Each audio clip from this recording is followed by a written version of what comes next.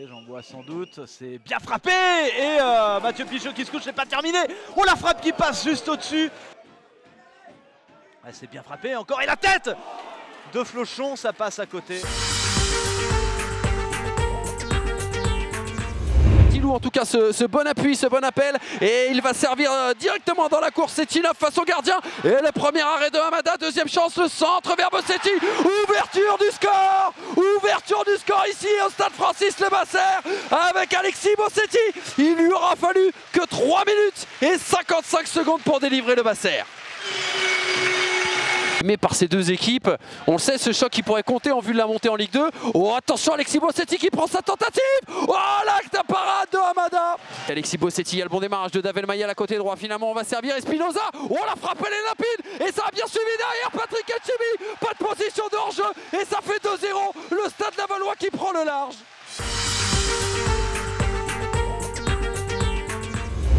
Corner donc frappé Guillaume Jégous vers Doniza pour l'ouverture du score déjà dans cette rencontre. 3 minutes de jeu à peine et Concarneau qui mène 1-0 déjà face à Dunkerque. La folle chevauchée des Bretons continue. Triboudo. Allez, on fait tourner là avec Fachan avant d'écarter, c'est bien vu sur Zakaria Grish sur le flanc gauche avec Jean-Jacques Rocky qui va pouvoir centrer en retrait pour Banner qui va égaliser. Superbe cette action collective des Dunkerquois qui viennent égaliser sur cette frappe ensuite à la conclusion de Jimmy Banner. Ça fait un partout. Contre Huisman, attention à Guillaume Jégous pour trouver Doniza à l'entrée de la surface qui tente de trouver Idaza qui ne trouvera pas le cadre. Quelle occasion en or là pour les Bretons d'aller doubler la mise. Moi qui ne parvient pas à se dépêtrer. Si, ça y est, il a trouvé Jégous. Jégous, son premier centre est contré, le deuxième arrive jusqu'à Nzimba. Le deuxième but pour Carnois, c'est son deuxième but cette saison après Nzimba. Il est monté plus haut que son vis-à-vis et il vient délivrer le Stade Tipiriou 2-1.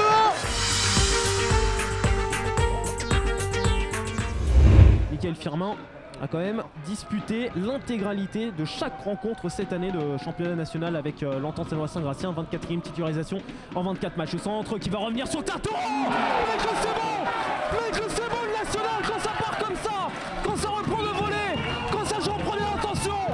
Mais c'est encore longtemps qu'il nous offre ça. Tartoro, premier but de l'année. Ne parvient pas à se porter vers l'offensive. Ouais, pas de hors-jeu là pour Simon Dia, pas de hors-jeu pour Simon Dia qui regarde ce ballon dans la surface de réparation face à Paul Relais. Simon Dia. Que dire de plus sur ce festival de Simon Dia. Il n'est pas hors-jeu, il s'amuse en surface de réparation, il efface Paul Relais et il conclut tout seul. 2-0 pour l'Entente, 48e minute de jeu. Loïc Goujon, solution avec pointe de Nagounon.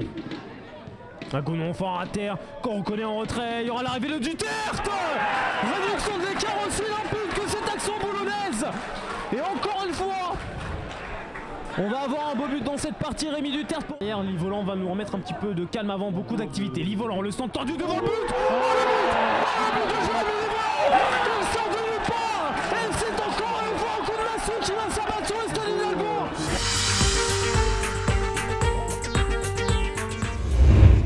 C'est parti pour le coup franc tiré par Benet dans la surface de réparation. Ça regarde de la tête. Oh là là là là là là là là là là. Ouh là là là là, l'occasion. Et c'est parti dans l'axe. Oh là là là là, ça passe juste à côté. Ça a été dévié même par Brice Maubleu. Et il faut qu'ils ont là les Grenoblois s'ils veulent faire avec Soto qui est là dans la surface de réparation. Oh le but pour Concarneau. Le sauvetage incroyable. Le sauvetage incroyable. Eddie Manan qui fait la petite talonnade. Pour Boissier qui peut peut-être frapper. La frappe de Boissier. Oh, ça tape le poteau.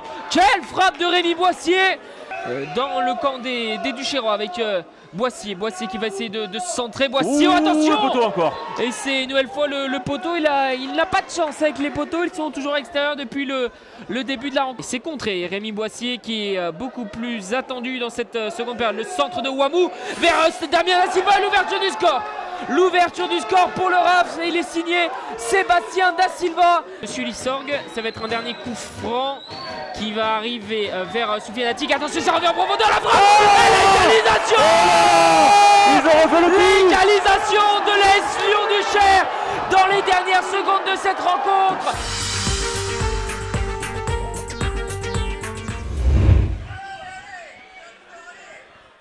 un centre là-bas, il y a du monde qui se propose. Le ballon est toujours pour les Biterrois. La frappe tendue sur le poteau. Oh là là. À Béziers d'ouvrir la marque cette fois-ci. Et but inscrit par les Biterrois. Un but inscrit avec justesse par les Bleus. La belle ouverture là-bas à nouveau avec Kanté sur le côté gauche. Et c'est peut-être l'occasion de marquer. Les Biterrois inscrits par Kanté. Il semblerait que ce soit lui pour un doublé. Tellement être très important dans ces Les importants, la frappe et frappe croisée.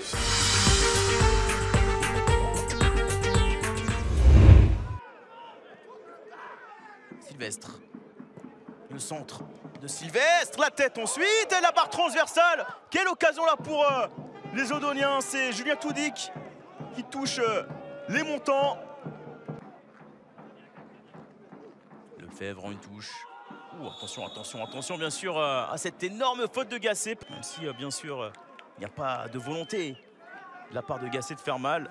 De Satli. Oh, le carton rouge. Et oui, il a hésité, hein, il a regardé attentivement Mourad Satli avant de prendre sa décision.